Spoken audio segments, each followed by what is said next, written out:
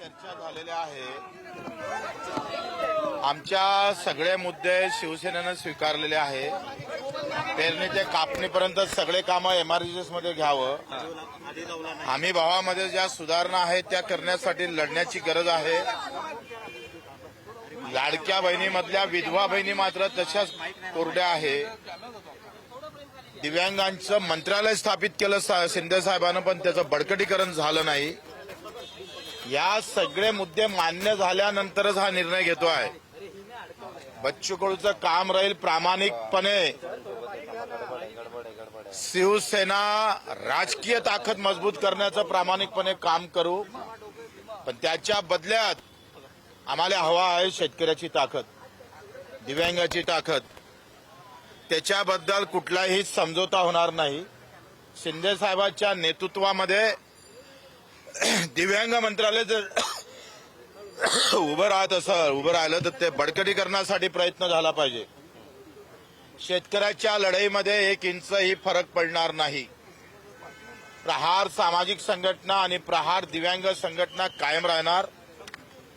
मात्र पूर्ण ताकदीनं शिवसेना कशी वाळण, या अंगातला प्रत्येक रक्ताचा थेंब जितका पक्षासाठी धावणार आहे तेवढाच माझ्या शेतकरी मजूर दिव्यांगासाठी धावणार आहे.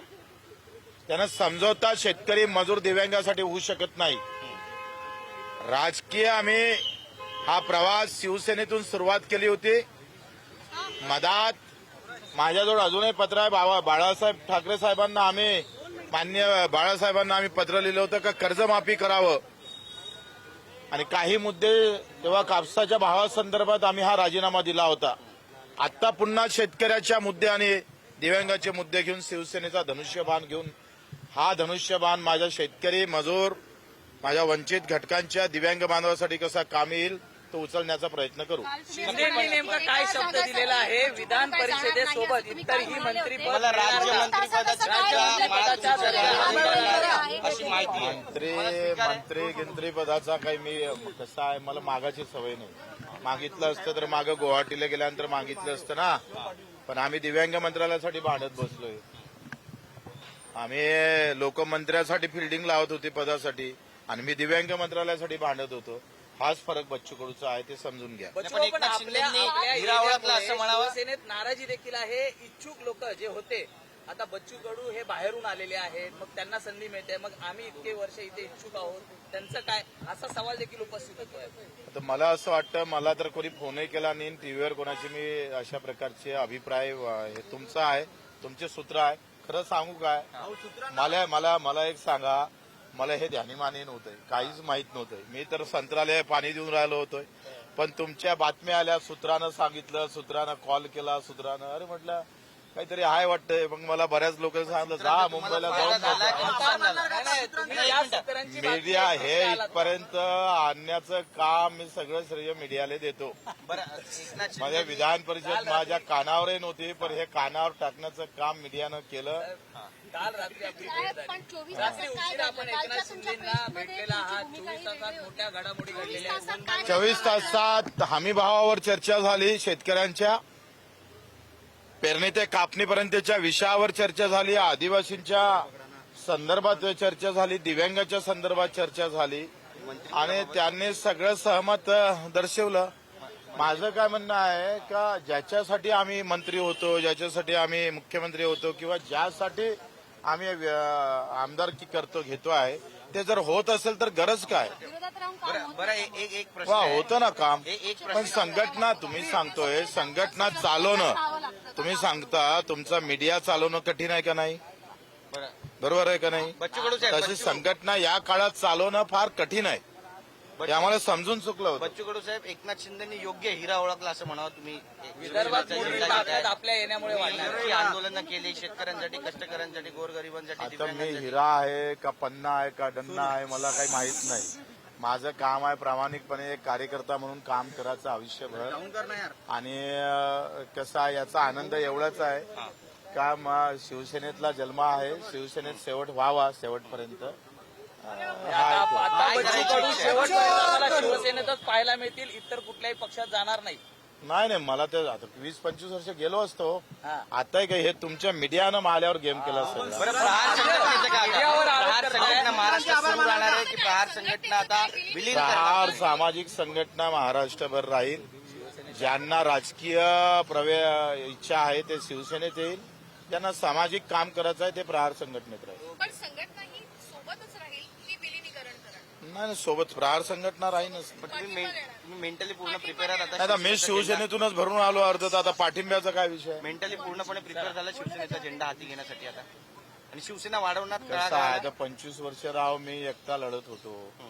माझ्यावर ना कोणी मला नेता होता ना काहीच नाही. मी बिलकुल असं खुलेआम आपली पानटपी चला. प्रहारचा राजकीय नाही, पण तुम्ही भविष्य काय एकनाथ शिंदेची साथ सोडली नव्हती तेव्हा, पण आता पण तुम्ही शिवसेनेमध्ये जाते. काय चांगलं पाहिलं तुम्ही नेतृत्व आहे, सेवाभावी आहे. रात्री 2 वाजता सामान्य माणसासाठी दार उघडतं, म्हणून विषय झाला. आपल्या जिल्ह्यामधल्या प्रहारचा राजकीय भविष्य काय आहे असा प्रश्न आता उपस्थित आहे. राज्यभरामध्ये प्रहारचा राजकीय भविष्य काय असेल असा प्रश्न आता राजकीय भविष्य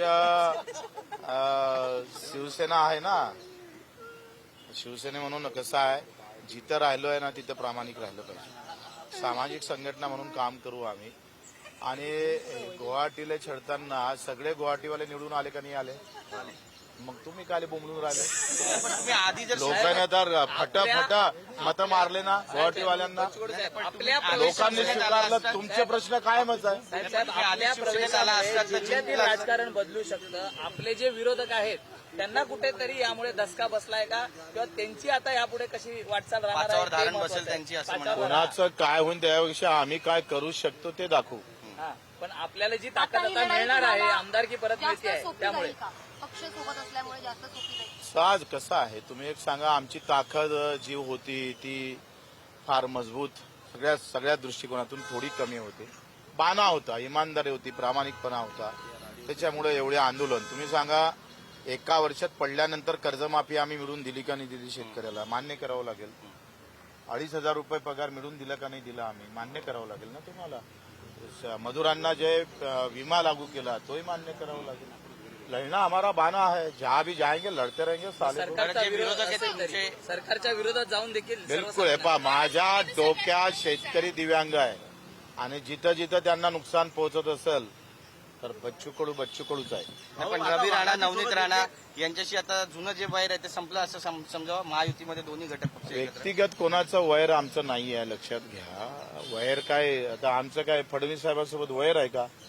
मुद्दा आहे, मुद्द्यासोबत चर्चा होतं, त्याच्यातून काही भाष्य निकलतं. आम्ही काय कुस्ती खेळायला बाहेर निघालो का? आता एकाच व्यासपीठावर जर एकत्र यायचं झालं तर एकत्र येणार.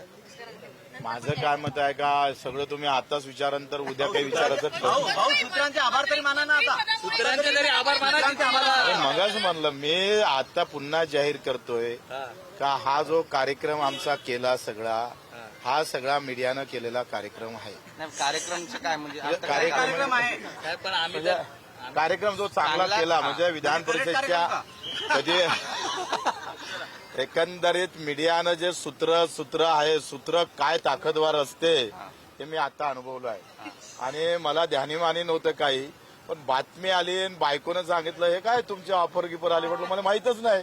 काल रात्री आपण भेटायला आला होता ते नाही, नेमकं पण या कशासाठी? सूत्रांमुळे तुम्हाला झोप लागली का? नाही, खरोखरच मी मीडियाचा आभार मानतो. माझ्या लक्षातही नव्हतं, पण तुम्ही सगळ्यांनी तो पुढाकार घेतला आणि मला इथपर्यंत आणलं. धन्यवाद.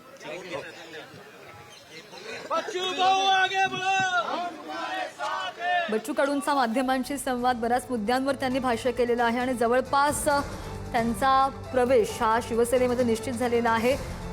प्रहार संघटनेचे अध्यक्ष बच्चू कडू शिवसेनेमध्ये प्रवेश करणार आहेत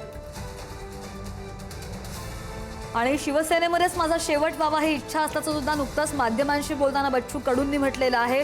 नंदनवन या ठिकाणी बच्चू कडू सध्या पोहोचलेले आहेत. एकनाथ शिंदेंची भेट घेतील आणि शिवसेनेमध्येच माझा शेवट व्हावा ही इच्छा असल्याचं बच्चू कडूंनी यावेळी म्हटलेलं आहे. प्रश्न